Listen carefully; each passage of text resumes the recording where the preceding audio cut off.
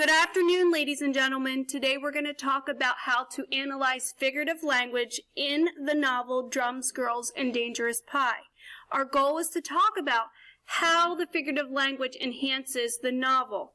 We know that you know what figurative language means, so let's look a little deeper. So I have 2 pages from the novel in chapter 3. I'm going to reread the section for a closer read. And as I'm reading, I want you to think about what are the elements of figurative language.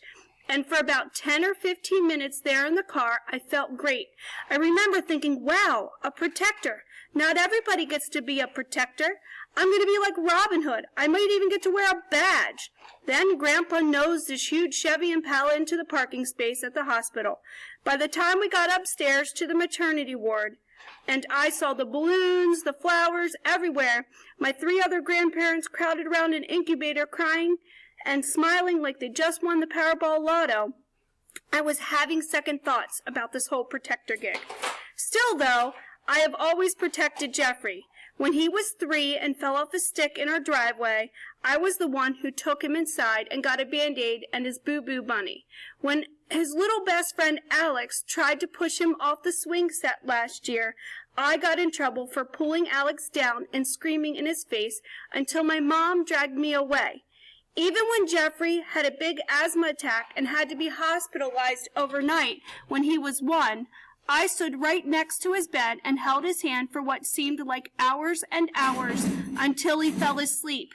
Then, in the middle of the night, when he woke up scared, I crawled into his bed with him, and our parents found us that way in the morning. Okay, so now we've read the 2 pages from the novel. We need to think about, okay, where is the figurative language? So at first, I want you to think about it. Now, you should have been able to identify on your paper what the figurative language was. Let's talk about where they are. First, we're going to mark them. So the first line I have is, I'm going to be like Robin Hood. So let's talk about this one. This one, first I want you to think about what does it really mean? What did Robin Hood do? I want you to go ahead and write an answer down of why you think the author used this piece. Okay. Now we're going to talk about Robin Hood. Robin Hood was one that stole from the rich and gave the poor. He kind of protected the poor community. How is this like Jeffrey? Okay, so Jeffrey and Stephen are kind of working together. Stephen knows he needs to protect Jeffrey, kind of like his situation right now. Let's look at the next element of figurative language.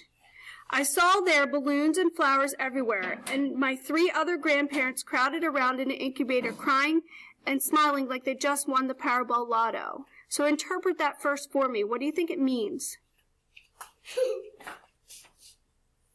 Now, let's talk about it. So we have the Powerball Lotto, and we know a baby's a big thing in the world. So let's talk about how that relates to a Powerball Lotto.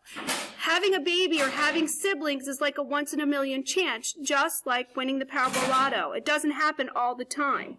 So if the author just said, you know, I saw my family standing around the incubator, wouldn't have left as much of an impact as putting this element of figurative language in here. Usually the author puts these kind of elements in to make you relate to them. Let's look at the final piece of figurative language.